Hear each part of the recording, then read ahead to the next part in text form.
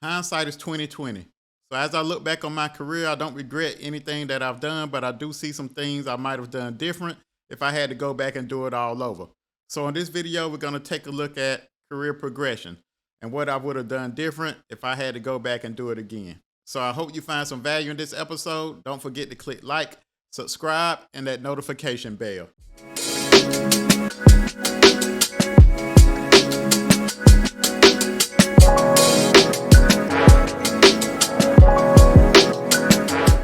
Welcome to Debt Free in IT. I'm your host, Mike. This podcast is for anyone who's looking to get into the IT industry, whether it's for a career change or you're just interested. I think you come to the right place. In this video, we're taking a look at career progression and some things I would have done different, but a lot of these steps can pertain to you in your career. So if you're trying to progress higher to a higher role or move to their next position, a lot of things I mentioned in this video may help out.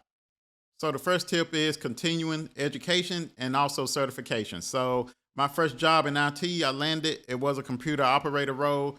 During this time, I had a 2-year degree and a CCNA certification. Pretty much I stayed at that role for roughly about 3 years. And then during this time, my only concern was making it through that 8 hours. I didn't really have the strength to do anything else outside of work. My main concern was making it through the 8 hours and make it to the weekend so I can go to Charlotte and go to the club. So looking back at this time, if I had my eyes set on moving up sooner than I did, then one of the things I could have started doing is start looking at other certifications to obtain. So I was already on the inside of an IT environment. So I could have easily looked at some things that was coming down the pipeline or see what kind of technologies we were using and try to get certifications pertaining to those technologies, which would have helped me move up a lot sooner. So the next thing I should have did was stayed up on the current trends in the industry. So like I said, my background is networking, and I knew back then that security, virtualization, coding, and Linux was all good to know and was a good skill to have in my tool belt. I knew a little bit of security at the time, but I wish I would have went ahead and went as deep in security as I did networking, which I still have time to do so. But if I would have did it back then in my 20s, mid 20s, 30, early 30s, I wouldn't have to go through it now. So I wish I would have went a little bit deeper because I did see that security was becoming a big deal. Where when I first got there, a lot of places, they had security and everything, but it wasn't beefed up as it is now. But now, as time moves on from back then, we started seeing where a lot of security threats was happening. A lot of places were getting hacked. A lot of places were getting shut down due to viruses. So I saw the timeline back then. This was probably roughly, I would say, 7, 8, 9, 10 years ago. So I saw it coming down the pipeline. And if I would have been on my grind back then, I would have started pursuing some more security certifications. Like I probably would have went ahead and got the Security Plus and probably started looking at some Palo Alto firewall security certs. So I knew all this back then, but like I said, hindsight is 2020.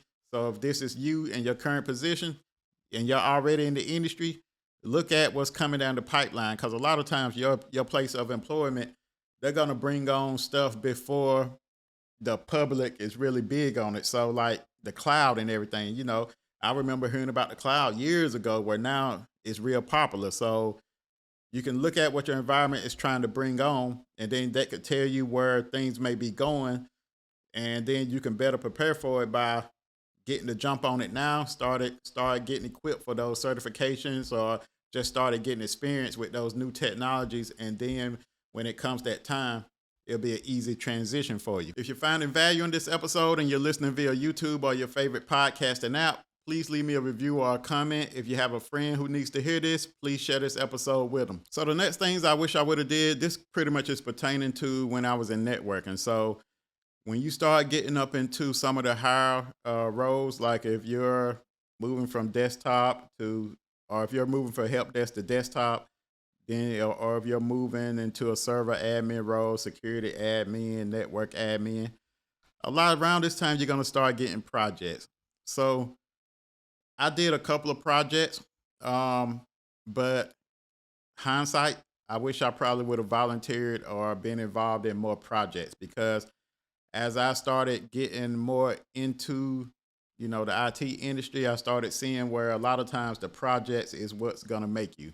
So the projects is what's gonna go on your resume and make you more valuable to the next company, especially if you're doing big projects. So that's one thing, hindsight 2020, I wish I would have did was got involved with more projects other than the ones that I did. So like I said, the projects pretty much once you get up into those higher roles, those projects is what's gonna make you.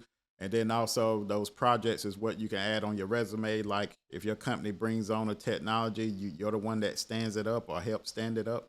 A lot of times you can add that on your resume. And then if you're going to another company years later, not saying that you need to leave your job. I'm not encouraging that in any form, but you have to do what's best for you. So if you stood up that technology, then you start looking out elsewhere and you see where another company see where, okay, we're trying to implement this technology and this person that's applying, they've already done been through that process. Then, like I said, that usually makes you a little bit more valuable. So, like I said, gaining more experience with projects is one thing I wish I would have did more of. So, if you're currently in this standpoint or this position of your career, start looking towards getting more projects under your belt and on your resume. The next thing is kind of a catch 22. So, the next tip is that I wish I probably would have did different was probably not stayed at one company for like 10 years. So pretty much I grew up old school where, you work at a place until you retire. But times has changed now where most people they're staying at a place 3 to 4 years, 5 years tops, and they moving on. So it's still good to stay at a company. It's just going to be your decision. So one of the deciding factors is if you're trying to make as much money as possible, then most of the times you're going to end up jumping companies. I'm not saying you're jumping every year, but every couple of years you may be looking for a new jobs because a lot of times that's how most people get the biggest pay bump is by going outside to another company because most of the time moving up from within a company, that pay increase ain't that big a difference. So if you're in it to get as much money as possible, then you can go somewhere, get some experience, 3 4 years, somewhere around that time, 2 to 4 years somewhere, then go to another company where usually you may get a bigger bag or a bigger pay increase, and then you can work there. Unless you find somewhere you really like, then you would just stay there. So, but then if you're okay with how things is going at your current company, you're satisfied with however you get pay raises, you're comfortable with doing that, you don't have to switch. It's okay. So, but just by moving, being at different places or different enterprise, and this is kind of why I like going the recruitment route, where when you get into the industry, you get placed on a job by a recruiter. Because let's say you get placed on a networking role and it's a 2 year contract. That 2 years run up. Let's say that networking role was at a hospital. That 2 years run up. Then you go to let's just say a Facebook, for instance. You go there as a network engineer and you're there 2 or 3 years. That run up, you go to another place 2 or 3 years. So in the 10 year span where I was at one position, you probably don't work 3 to 4 jobs. And what this does is you're pretty much more marketable than I would be because my experience is all whatever this one company has implemented. That's all my experience.